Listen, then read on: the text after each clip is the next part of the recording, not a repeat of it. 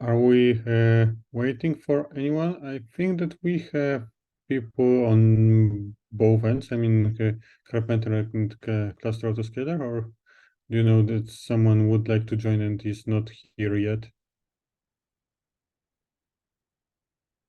I think this is most everyone. There'll probably be people that will trickle in, obviously.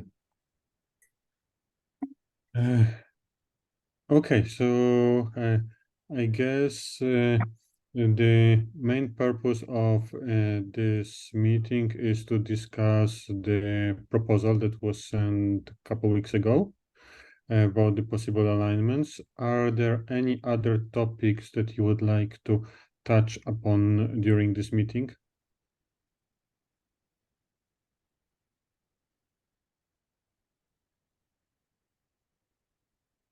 Okay, I take the silence and as no. Jonathan, I believe you were the author of this document, right? Yeah, me and then Maciek had obviously had some comments on the Okay. documents. Or, yeah. For the benefit of people who might have not have read the document, could you please summarize it, I don't know, in 5 minutes more or less? Sure. Yeah, I can. I'll share while doing that. Grab the. Okay, can everyone see my screen now? Mm-hmm. Yeah. Okay, great. Yeah, so basically, we walked away from a meeting, I think working group meeting maybe 4 or 5 weeks ago. Basically kind of talking about like what is needed for like what are the gaps between Karpenter and Cast right now in terms of like we both have similar features and or similar ideas, I guess, and there's a bit of difference in terms of the API surface and maybe even conceptual wording or documentation around different things that we support. And if, you know, kind of on the road to like if there's talk of this becoming like Karpenter becoming a project within or a sub-project within SIG Autoscaling, then I think we kind of walked away from that discussion thinking that, you know, we need some probably shared API surface that you know, users that are trying to either run one or the other, if they have pods or nodes that they're trying to reason about, or they have features they're trying to reason about, whether these like the two concepts that exist as the same concept within both projects can have the same API surface, so it's easy for either users to switch between the two projects or run them simultaneously beside each other if they want to do so. So that's effectively, I guess, the background of this proposal. The summary section basically defines the areas that we kind of identified even within the meeting like 5 weeks ago. One of those was that Karpenter, I guess, has a bit larger of scope and responsibility in terms of the exact, I guess, I mean, what we kind of codified it as was the node lifecycle management, which passes off generally to the cloud providers to handle.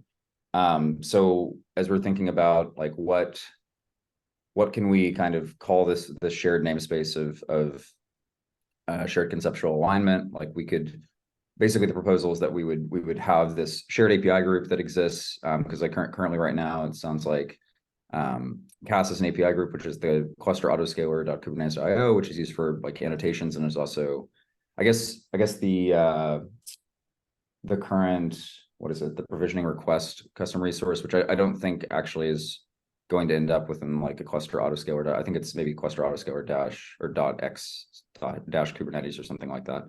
But basically things like custom resources that have existed into the future would be able to end up into this API group of this kind of shared responsibility. And also, like if we're forward thinking potentially, if we're introducing something like this API group, which is this node lifecycle.kubernetes.io API group, we can think about potentially adding other projects that deal with this node lifecycle management under, like, allow this to be an API group that they could also share and have conceptual alignment with. And then the other areas of conceptual alignment, which the two projects share, are there are similarities in terms of their eviction and termination flow. Actually, I'll pause because Maciek raised his hand. No, please continue. I'm just kind of queuing up Okay. for later. Perfect. Okay, sounds good. Let's make it like relatively brief. I will try to moderate the discussion later so that both Sure. parties can show their points. Okay. Sure. Yeah, Well, ask questions so that let's not interrupt at this moment. Okay, please continue. Yeah, sure. I'll continue. Yeah. One of the other areas we identified was the eviction and termination flow between the two projects. CAS has a concept of allowing the draining of daemon sets, which Karpenter does support in some ways, but isn't explicitly supported through like an annotation like the CAS project does. And so there was a question on alignment between the ways that we can, like CAS currently uses a couple different taints, one to mark nodes as candidates and another to actually enable it to evict pods, including daemon sets. And Karpenter currently is kind of thinking toward moving in this direction in terms of being able to kind of prefer basically like CAS uses a preferred node schedule taint when it's determining and something as a candidate to try and kind of push pods away from nodes that it would try and deprovision. And we're kind of thinking the same direction with Karpenter. And so there's this question on alignment with regards to the eviction termination flow, and potentially because there's kind of an upstream discussion around node lifecycle management in general, in terms of being able to document that process better and thinking about graceful node termination as a conceptual thing that we can put into kind of as like an upstream standard. There's a question of like, okay, can we like if these are the two directions that we think the two projects should be going in terms of this eviction and termination, maybe this is an upstream concept and maybe we should consider using this one to align the two projects in terms of how they deprovision and disrupt nodes, but also in terms of just like advising how graceful determination happens in upstream in the future in general. And so that's the second piece. The third piece is on the node termination candidacy. The two projects have a bit of difference in terms of how they're like their opinion in terms of when they determine a node to be deprovisionable or disruptible or however, whatever conceptual word you want to use there. Karpenter uses the do not disrupt annotation right now. CAS uses the safe to evict. I think there's probably room to align these two annotations. There's a bit of an open question here on whether we consider nodes like disruptible by default, and then with some exceptions that maybe could differ between the two projects. And then you can create like the default is we disrupt everything except for these cases, which are probably a shared set of cases. And then we have this annotation or label. I think Tim Manister had maybe recommended a label that says like block that operation on this node or on pods that are, or on a node that contains these pods or on a node that has this label. Or is it something that's like more of a, like we have this set of cases that we say we never disrupt for these cases. And then I think CAS takes more of the approach of like, also for safety, we also don't disrupt in these cases. And then customers can then come in and say, oh, actually, I'd like to override that. So there's kind of a question of like, do we want to allow that mechanism in this kind of shared space, and do we need to align on those two things? And then the final piece with it, which I think Maciek called out, was just like generally conceptual documentation on these kinds of things that CAS and Karpenter both share in upstream documentation. I think right now there's no conceptual documentation for autoscalers in general in upstream. It's mostly like for CAS, it's sitting inside of a README, and for Karpenter, it's sitting obviously inside of its own documentation that's published elsewhere. And so I think there's room to look at the way that both these projects work, and then kind of one, set a standard for how these other projects can extend off of this in the future, and then also just create general upstream documentation that we can say, like, this is how provisioning works for, generally for these projects. This is how disruption works generally for these two projects, and kind of use that as a mechanism for users to better understand how these mechanisms work within the two sub projects. That's pretty much the overview, so I can stop there. Okay. So I guess Maciek, now your turn. Thanks. Right. So I've been thinking about this quite a bit, and I'm sorry for not bringing this up earlier. I was out of office for the last few weeks, and sorry maybe for not communicating that very well. I agree with I think most of the ideas on like the specific ways we can try to like map similar concepts with annotations and so on. I think the kind of scale down criteria or consolidation, whatever, the disruption criteria proposal is very interesting. I'm not yet sure what to think about this, but I'm very happy to discuss. But I think I have a much broader comment, which I kind of touched on in my comment on the naming of the namespace. But I've been thinking about this more, and I'm starting to think that basically just throwing everything into a single namespace isn't really unifying things much. It's just basically we now have two APIs in one namespace kind of situation. Some parts of it are shared and some aren't. And I think it's actually an even more confusing state for the user, because if I have basically cluster autoscaler and Karpenter as separate namespaces, let's say, so cluster autoscaler.kubernetes.io and say Karpenter.kubernetes.io, just for the sake of example, at least I know exactly what is going to work with every in every scenario. Sure, it's up to me to basically find and identify any overlap and do a migration, but at least it's very understandable. Now, I think if we put one namespace, which is the sum of all functionalities, which are quite similar when it comes to autoscaling, but obviously the scope is different. I think this is just basically like putting a whole lot of different functions into one namespace. And so I would actually consider trying to go with an approach where we try to find an intersection and basically put this into a separate namespace, and then keep cluster autoscaler and Karpenter namespace for anything that is specific to each of the projects.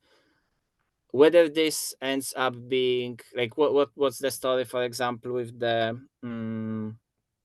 provisioning request would depend on whether there is will to implement this in Karpenter, and obviously like technical considerations. If we're planning to, then by all means it should go to shared namespace. If we don't, we can put it in cluster autoscaler namespace and even graduate it to the shared one whenever there is an implementation, or yeah. And I think basically this creates a standard, which I think, as Alice mentioned last time, that the downside of this is it's a kind of lowest common denominator, but that's, I think, kind of how standards work in general. I would use as an example here custom metrics API, purely because I'm quite familiar with this.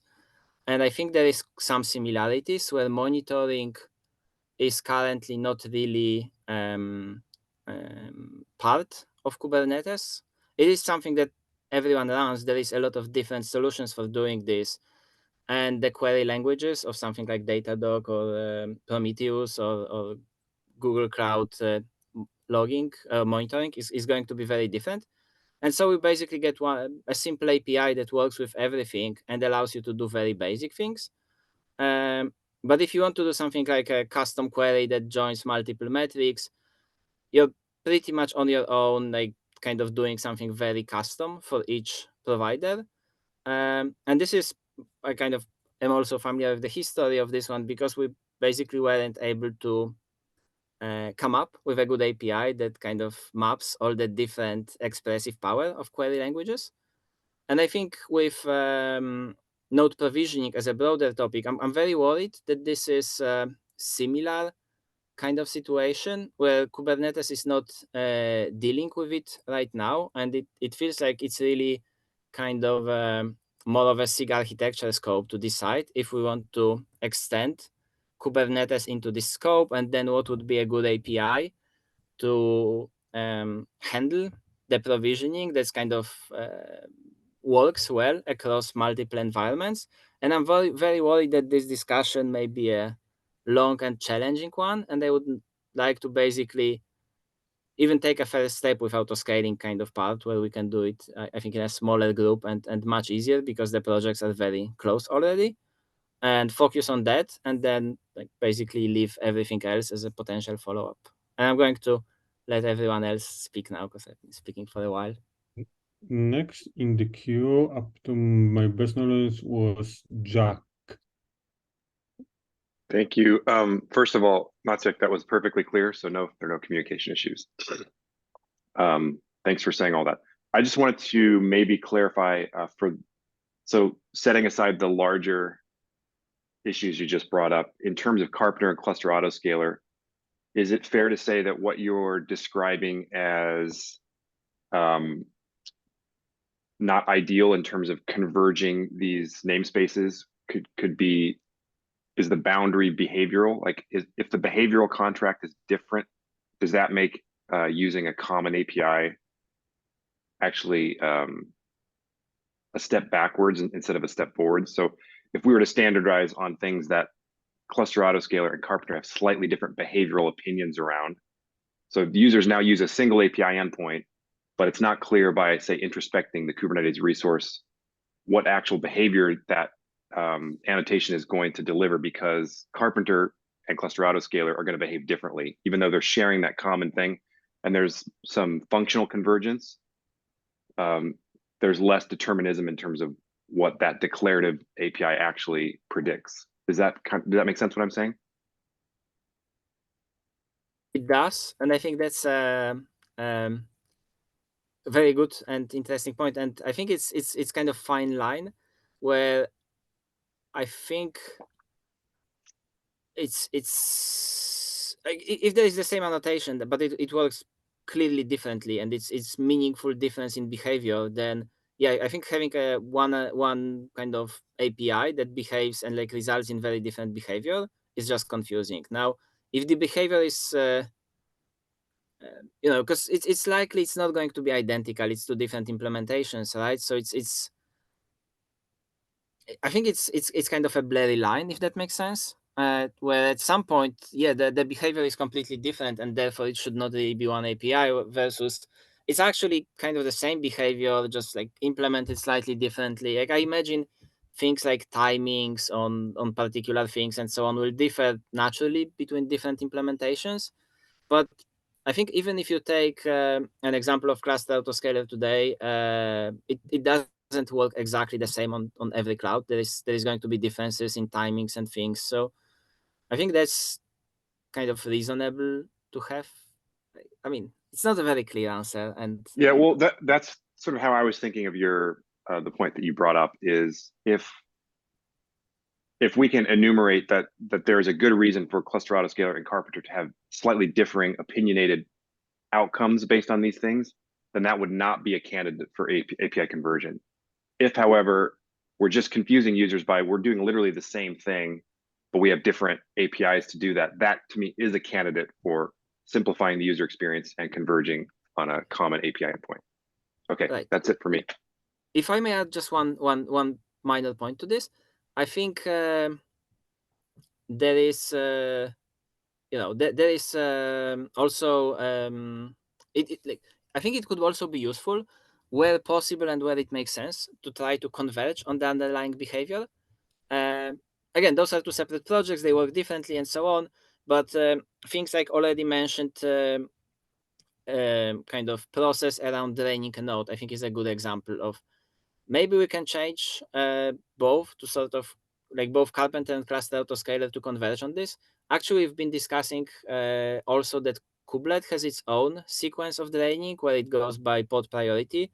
And we've been thinking if we can just converge cluster autoscaler to that. But yeah, I think like those kind of small functional things of the kind of scale down criteria, like what is blocking node disruption, like those things, if we can converge, I'm sure we won't be able on everything, but maybe on some things we will be able to. I think that's also worth exploring.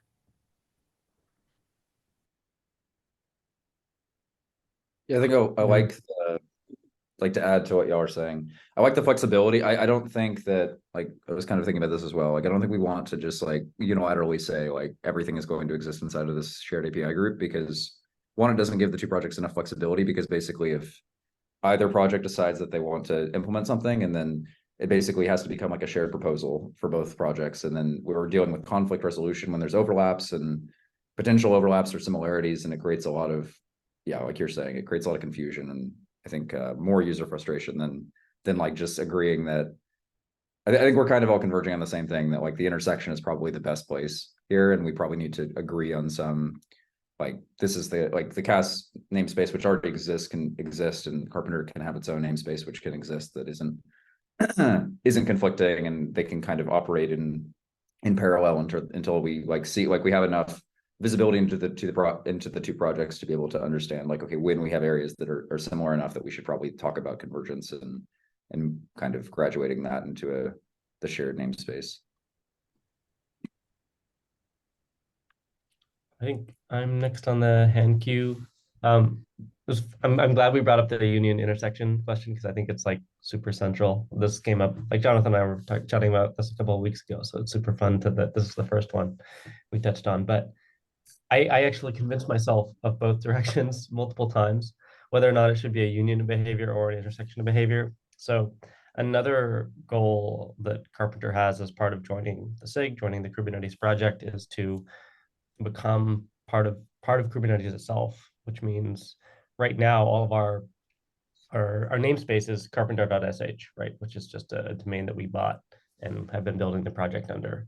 And so I think one of our initial take of, it would be great if we could just upstream all of Karpenter's concepts, which are currently in one namespace, into kind of a Kubernetes native namespace. And maybe the zero convergence model of that might be something like karpenter.kubernetes.io. Then we have that kind of this question of, okay, if there is something to be aligned, it doesn't make sense to put things into the cluster autoscaling namespace, and it doesn't make sense to put things into the Karpenter namespace. So can we extract out another namespace? The challenge with that is obviously everything we've been talking about is there's there can be minute differences, and how much surface can we actually capture here, etc. So I think that I don't know, what do you think about the concept of where would the rest of Karpenter's APIs go as part of this upstreaming process in your mind? In your mind, would we create a karpenter.kubernetes.io namespace? Because I think what I want to avoid is for our customers feeling right now it's kind of unified under one thing, and so when by doing this alignment, we're actually creating opportunity for customers to get things wrong because it's no longer unified under the project. But it seems kind of impractical to push everything. So say, for example, we decided Karpenter is the new standard. It's how Kubernetes works. All of Karpenter's APIs are just node lifecycle.kubernetes.io, and yada yada. That one's probably a much, like you said, a much bigger discussion with SIG architecture, and likely not something that we can achieve in the scope of this work. But how would you think about those two pieces from the Karpenter perspective? How should we wrestle with that?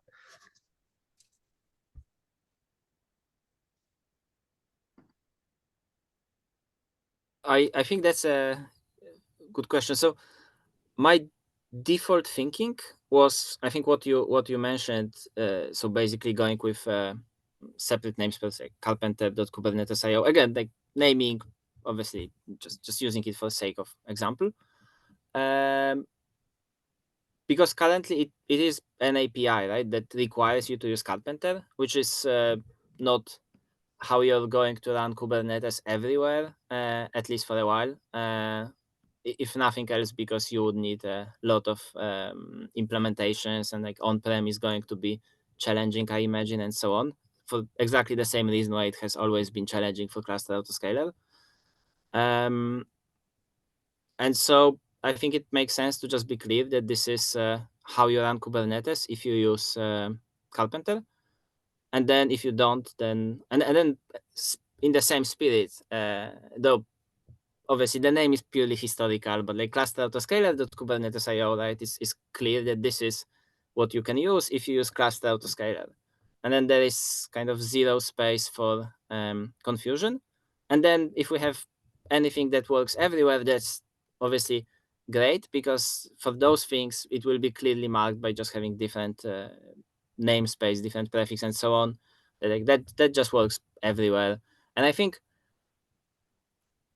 given that there realistically are two node autoscalers, I think in Kubernetes, I think saying, if something works in cluster autoscaler and Karpenter, it works everywhere, is fair, I think. Obviously, it's not going to work in a non-autoscaled cluster on-prem something, but then you wouldn't have an expectation of something that has something like node autoscaling in the name working. So I think that's that feels to me the most intuitive state for the user.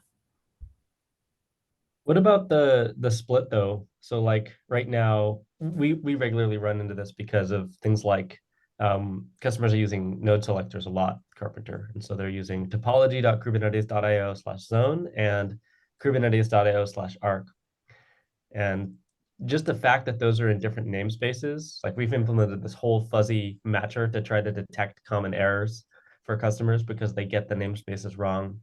Similarly, like our Karpenter specific labels versus our Kubernetes upstream labels, customers get that wrong constantly. They'll do the Karpenter prefix for everything, or they'll do the Kubernetes prefix for everything. Like from their perspective, it's kind of an implementation detail, like what's upstream and what's Karpenter. Like, so obviously some customers are very aware of all the different pieces of Kubernetes, but we're kind of leaking because all these namespaces are so different. We very much leaked that we're standardizing in some places and not standardizing in other places. If I was building a completely standalone product that had, no integration with anything else, it would just be the same namespace, right? And it would just be, obviously Kubernetes has all sorts of benefits from going the other direction and separating things out. But that is one thing that I do suspect that we'll run into issues with of customers just kind of bumping their head on all these, yet another namespace. I think minimally we would support, like in the do not evict or do not disrupt example, we'd probably support both. We'd support like a Karpenter specific one because we do right now and a bunch of customers have that configured. And then maybe there's an upstream one. CAS would do the same. So CAS, you can't deprecate your current one unless you have compatibility guarantees that I don't understand. But so then it's kind of awkward in some sense then of like, well, there is this like upstream one, and does anyone actually use it? Maybe some new customers do start to use it. I don't know. I guess at that point, I think it's low effort for both projects to implement that upstream thing, but it does seem like the value prop is kind of quickly diminishing. I think to an extent, you're right, because it's going to be a small subset, and obviously backward compatibility is hard, and there is a lot of people, especially because those are annotations, and if it was an API, there is kind of ways to migrate that, but for annotations, there really isn't. So I think for whatever annotations exist, we're pretty much stuck supporting both. I would imagine forever. That's obviously not ideal, but I don't see a good alternative. What I'm hoping for is that maybe for things that go into pod spec, because I honestly think there isn't that much, I know there's plenty of labels in Provisioner, for example, and I think there maybe it's okay for all the, I mean, I'm not going to tell you how to do your API, but like I think there is good argument for that. Just everything has at least has a Karpenter equivalent, or maybe not. I don't know, but I think that's reasonable because again, this API is not going to be supported by Cluster Autoscaler because it's just completely outside the scope in many ways. And so then that makes sense. But I think just having pod spec would be nice, and I think that's maybe more achievable because those annotations and node selectors that you actually put on pods are hopefully simple enough. I know there is obviously the node selector for Provisioner itself, but then maybe that is something that over time we can actually have some sort of standard way of just saying autoscaling config or something, or provisioning config, and then it may be different CRDs in different environments. And I think the value of that, if we manage to do this, would be a lot of those cluster setup things where you configure CAS or you create provisioners. I don't have first-hand experience, but I imagine this is generally kind of one-off exercise that you do when you set up your cluster mostly. You don't change it super much probably afterwards. And even if you do, it's probably a platform team that's doing this, with most users kind of just using those configurations. So having portable workloads, I think, would actually be significant. And honestly, even in Cluster Autoscaler today, if you run it in GKE, Azure, or AWS, the way you configure it, or self-hosted GCP, it's completely different in each of those, as far as I know. Sometimes you use like predefined node configuration or like node group auto discovery with labels and tags. It's completely different. And still, because it's a kind of one-off exercise, it haven't been, I think, as much of a problem as kind of different behavior of workloads. And then another two benefits that I see is if we agree on namings, even if the labels aren't the same. Like in the last month or two, I had a lot of discussions with users around Karpenter and Cluster Autoscaler. And by far the biggest issue I've seen is confusion between scale down and consolidation. And like people don't really know, because those are two different names. And like we understand how the process works and like how similar or different the implementation is, but it's very unclear. So I think even committing to shared naming, like it can be slightly different, but at least, you know, we name things similarly and we rename existing things and we agree whichever is a better name. And then for new things, we just let each other know, oh, we're adding this kind of conceptually new thing, and we think this is a good name. So by the way, if you're adding it later, you know, maybe that's a good name to use, that kind of thing. And also for features that we add later and kind of as a part of ongoing collaboration, obviously each project is probably going to keep its own flexibility to add features, right? But if we can at least kind of give each other heads up that we're adding this new feature, maybe you also want to add it if it's an annotation, and then maybe you can just go directly to this shared namespace. And if not, you know, if you add it later on, maybe, you know, you can try to make it compatible so that, you know, again, as much as possible, right? But I think even having a communication channel and kind of how would I put it? Non-blocking reviews is maybe kind of going far, but like just a summary of this is a feature we're adding. Maybe you have some sort of feedback between the two projects and shared documentation and so on. I think going forward, hopefully this shared surface would grow if we did that. I'm not sure. That's the best I can think of basically right now.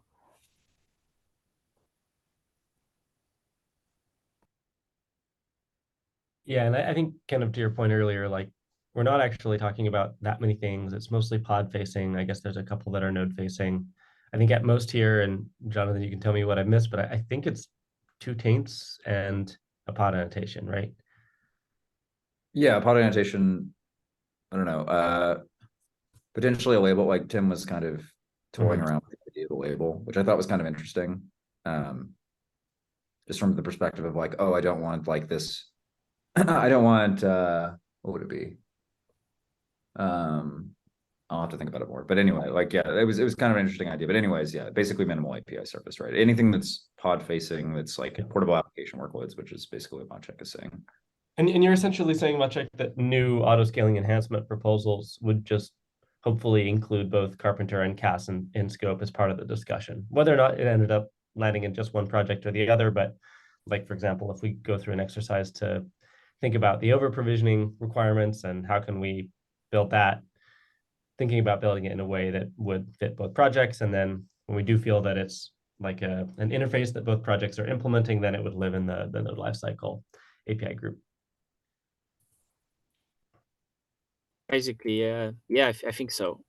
Again, I think case by case we're going to learn what makes sense for both projects and what doesn't. But if we have some sort of channel or meeting where we just discuss those things, that is, I think over provisioning is a great example, because we don't have an API in Cluster Autoscaler. We thought about this for years. I don't know if there is Karpenter API. I'm not familiar with one, but I cannot imagine that's something you haven't thought about. And whenever someone finally gets to doing that, that will be interesting. I guess provisioning request is kind of that, but it's not really that use case. It's more pre-warming. Yeah, it's something that we want to address, just haven't done so yet. I guess the last thing that you had suggested, which I think I agree on, is just where there are opportunities to do backwards, like things that aren't interfaces, but we talk about, like deprovisioning versus scale down, provisioning versus scale up. all these words that are things that are present in documentation, things that are present in like log lines, etc. Is there an opportunity for us to start calling that the same thing so that it becomes like, it's almost like a colloquialism that we can agree on that can really help with user understanding, but doesn't cause any compatibility issues? Yeah, I honestly think short term that part is likely going to have the most impact. But I mean, hopefully going forward, we will have more and more actual API surfaces. I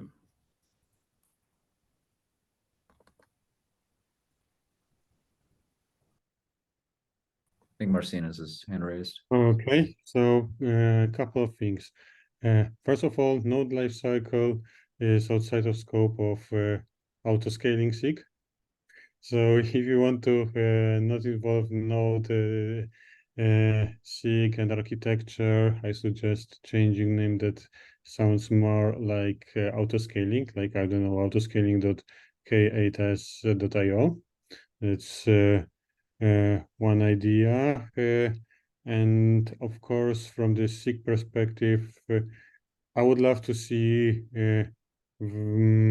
more in intersection than outside.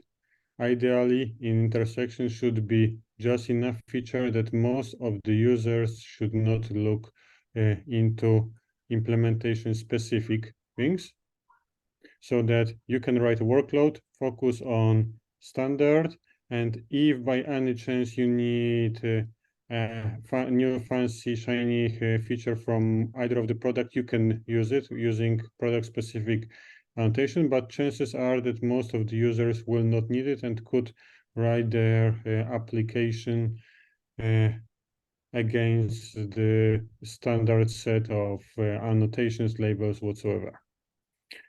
Then from a SIG perspective, probably it's more important to focus on workload portability than cluster configuration portability, because those will never be. For like the names of machines, groups, zones, whatever are different in the first place, the tooling is different, everything is different. So even if by a miracle we had the very same configuration of clusters, that probably wouldn't change significantly much.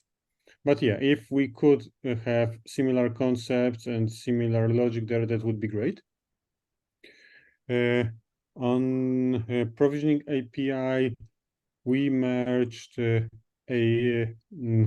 autoscaling enhancement proposal just recently into autoscaling.x-k8s.io.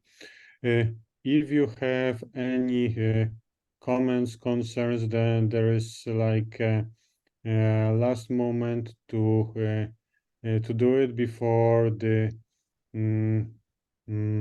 proposal settles in. It's already merged, but of course, if something was totally against your idea how it should work, then it would be better to do it now before like the implementation on cluster autoscaler side is released. And on provisioning, over provisioning, of course, as Maciek said, there is no API. Provisioning API is relatively simple. It's just a list of pod, and the name of the engine then should provide the spot. So nothing like super controversial. Should be okay. But yeah, we would love your feedback, and especially if something is totally wrong, let us know so that we don't have problems later. And I would like to give a moment to people who joined the call but haven't spoken yet. So let me go through you one by one. Almiko, what's your opinion?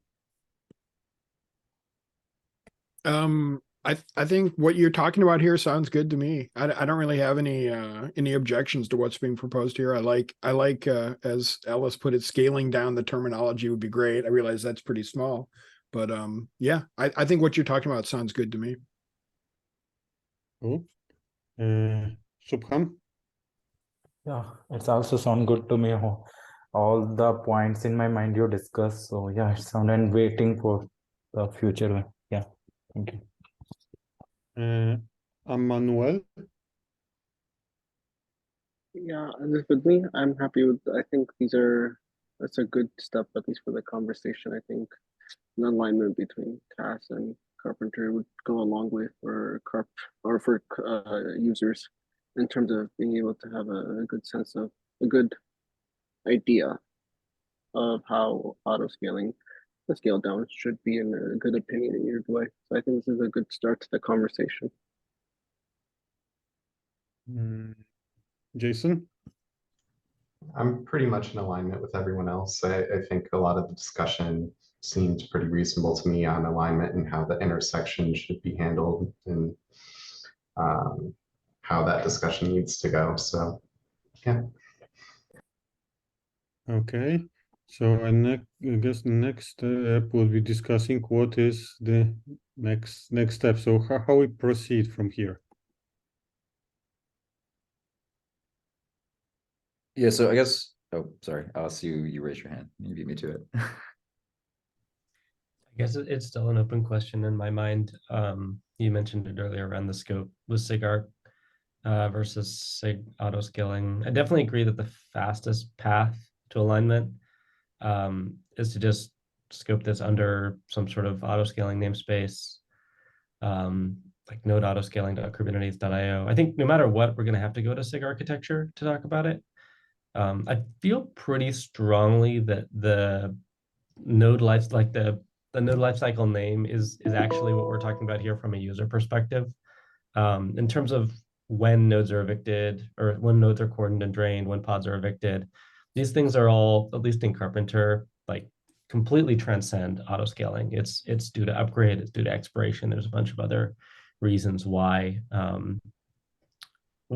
this behavior happens. And I think scoping it to autoscaling is expressly like it's too tight. Like it's inaccurate to our users essentially to describe it as autoscaling. So there's a little bit of an organizational challenge here, and that like we mentioned earlier, like the scope of node lifecycle is not totally defined in the Kubernetes SIG organization. Like there's maybe SIG cluster lifecycle, but if you look at their charter, it says expressly that they're not responsible for the data plane. That's a control plane thing. If you look at projects like CAPI, that's obviously does have a data plane implementation.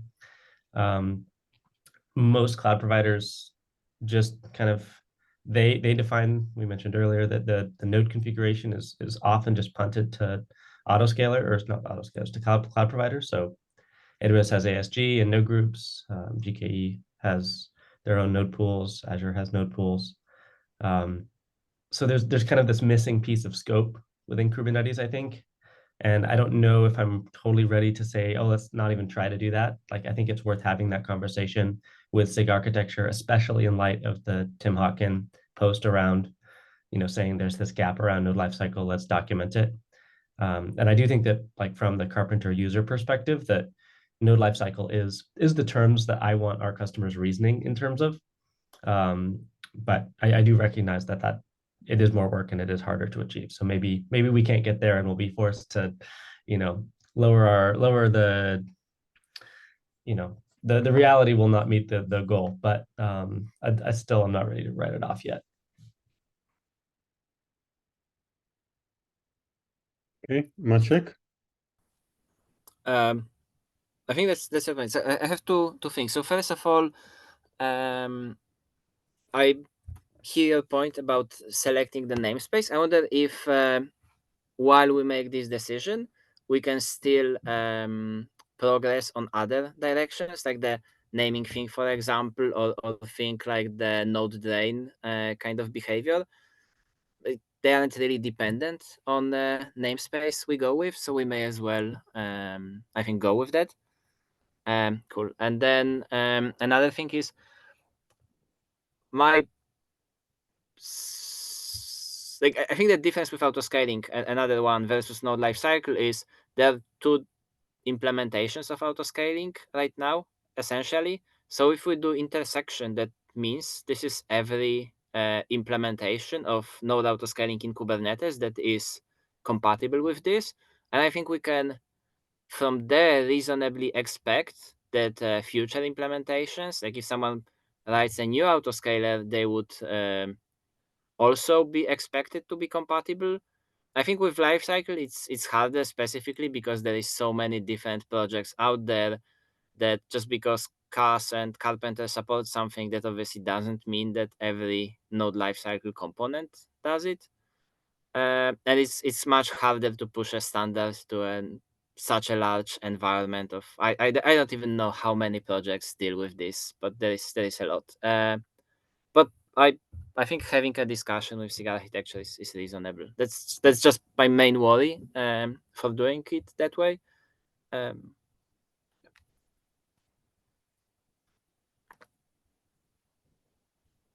Okay, Jonathan? Muted. I mean, we just had a question on like, I guess like, it sounds like we're kind of coming to a shared agreement on the fact that we should attempt to have this discussion with SIG Arch. There's a question in my head in terms of like, I think to your point, Maciek, like the Karpenter project is like slowly, because we think like these are probably the way to go, and this is like a good idea. Like a lot of these things are good ideas. We're kind of pursuing doing these things like within our own namespace within the own project already. Like in terms of like the taint eviction flow and these kinds of things. So like that directionality is, I think, already happening in terms of alignment, and it's kind of setting up the ability for us to kind of unilaterally align these things in terms of API surface, which I think is good. There's a question in my head in terms of like assuming that Karpenter does join the SIG, like what namespace does Karpenter live under? Is it a Kubernetes.io upstream namespace, or does Karpenter keep its own namespace? Like where, and this is kind of probably a question that's going to extend even beyond like if we were able to get node lifecycle.kubernetes.io to exist inside of upstream Kubernetes, like, because we're talking about having separate namespaces for these things anyways, as a result of like their own independence and like the ability to create their own feature sets and create their own API surface. So I think like I want to kind of understand and like maybe settle on a question of like where should we put these things even long term, assuming they do go into upstream.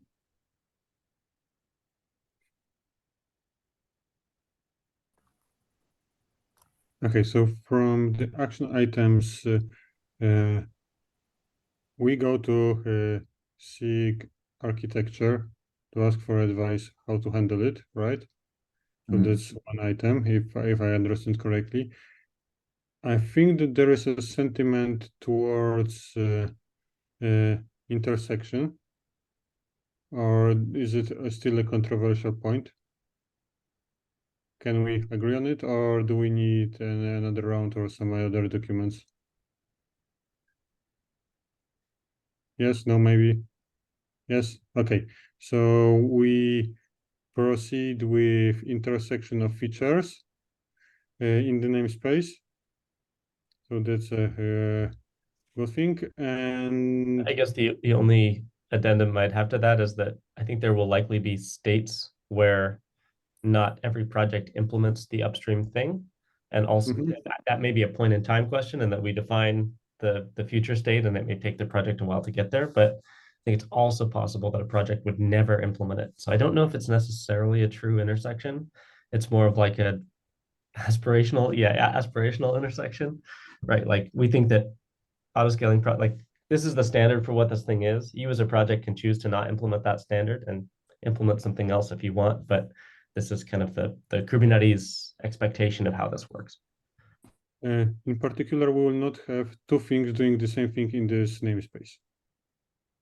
Okay, so if we have one behavior, or it's not like compulsory to implement it, but if there is something that we assume that nothing similar will get into the this namespace, and we will have two separate namespaces for implementation specific features, right?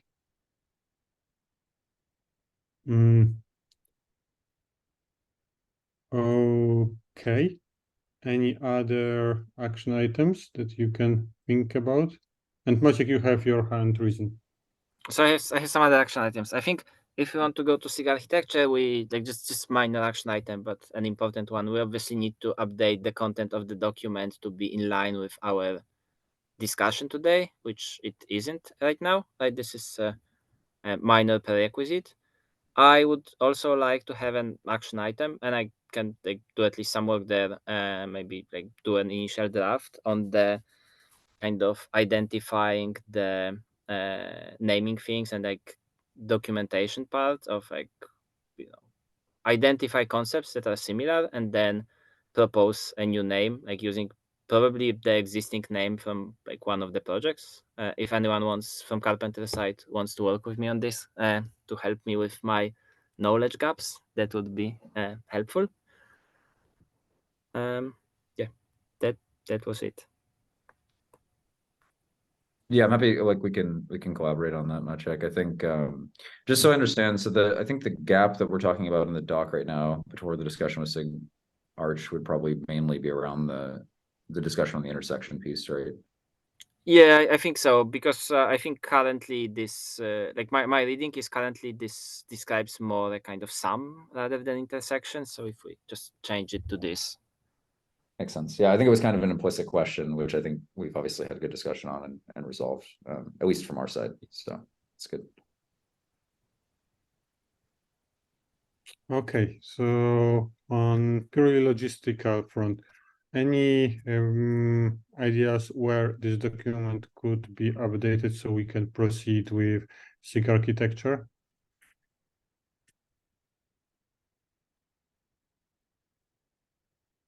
I'm not as familiar with the standards and processes, so if anyone has any help here, chime in, like, where should we put this?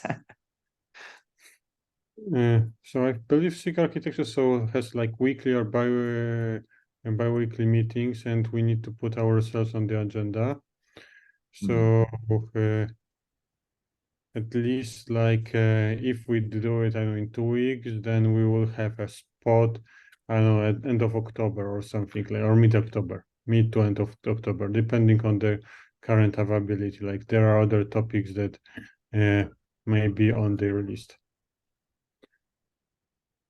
Just on the logistic side. So if we do it in 2 weeks, probably mid-October, we could secure a spot for discussion in SIG Autoscaling, but I would need to double check the cadence of the meetings plus what's already on their plate.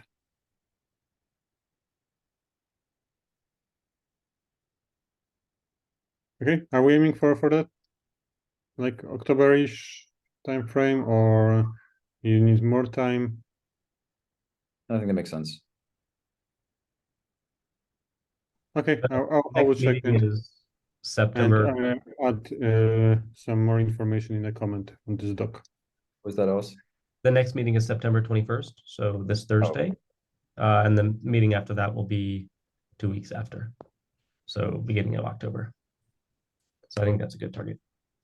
Yeah.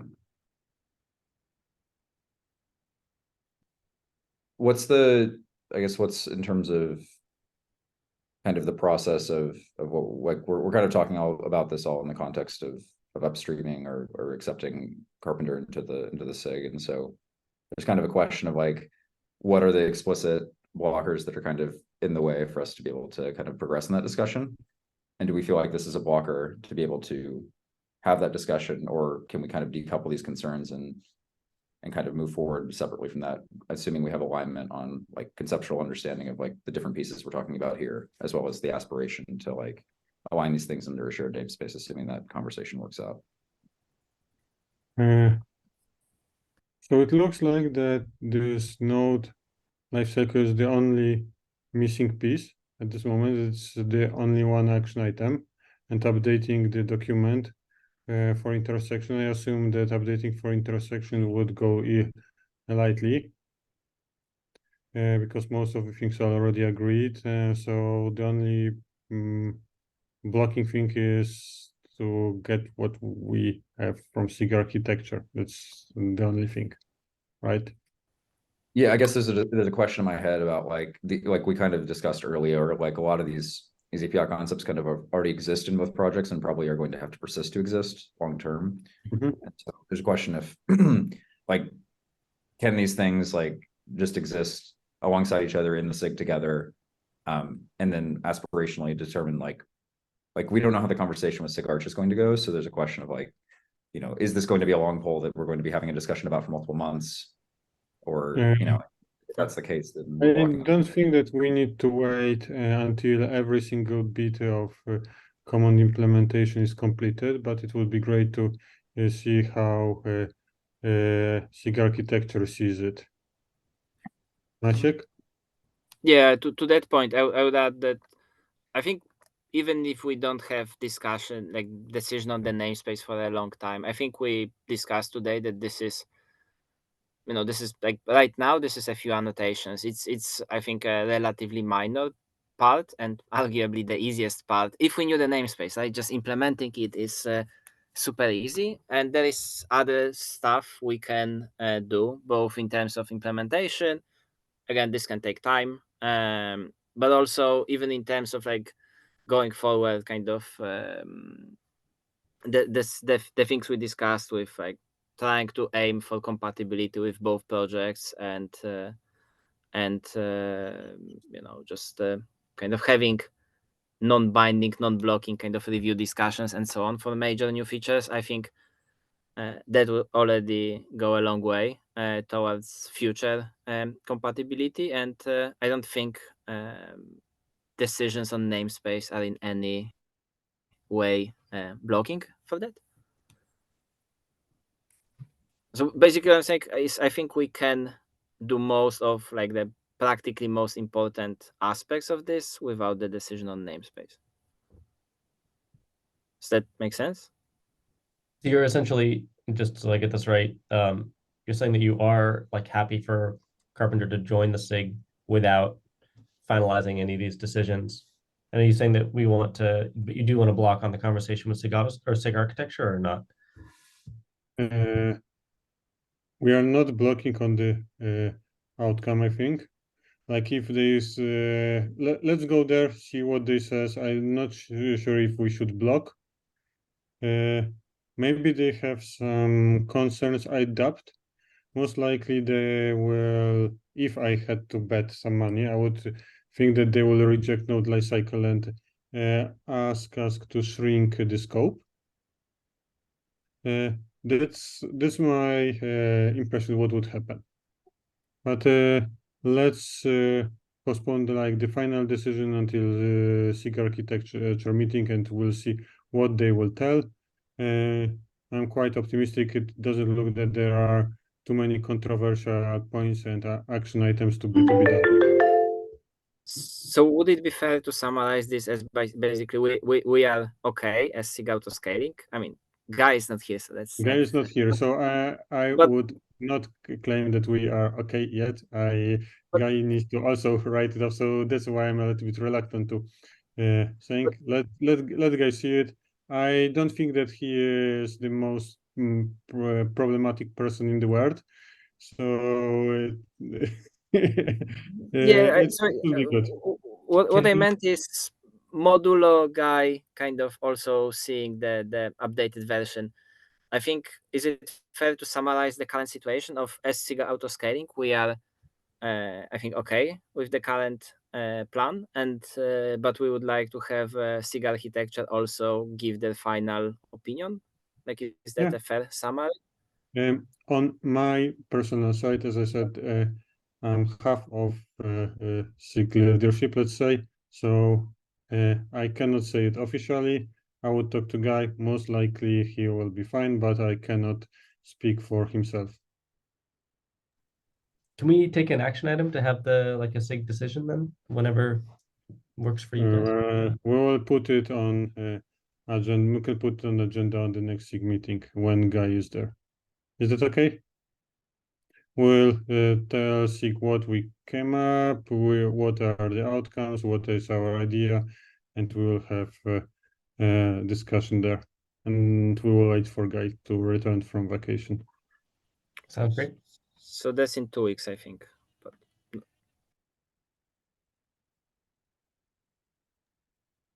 Great, sounds good. Okay. So anything more for today? Okay, if not, then thank you all. I think that it was a very productive meeting. Looking forward to meeting SIG architecture. I'm really curious what they would say. And well, in the meantime, thank you all and see you soon. Take care. Bye bye. Thanks, Thank you. Marcin, for hosting. Bye bye.